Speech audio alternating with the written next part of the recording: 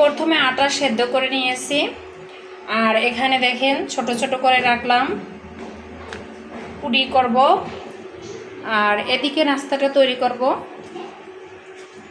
ভালোভাবে ডোটা তৈরি করে নিচ্ছি।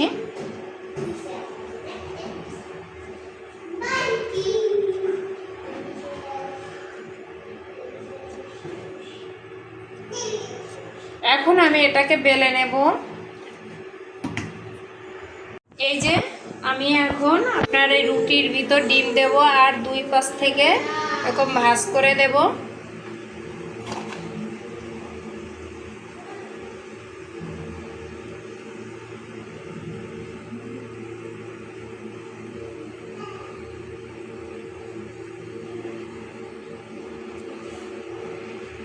ভাজতেছিলাম কড়াইতে করে।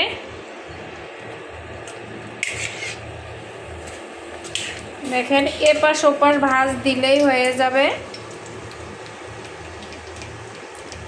জালটা আপনার লো হিটে দিবেন সব সময়।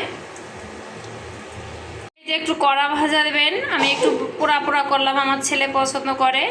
এটা সকালে এবং বিকেলে নাস্তা আপনারা তৈরি করতে পারেন।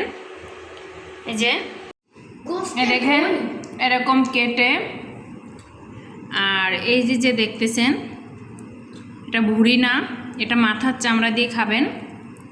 সেই টেস্ট আমার কাছে বাসায় আছে বিধে আমি রান্না করছি। আপনার যা দিয়ে ভালো লাগে ভাজি টাজি দিয়ে খাবেন।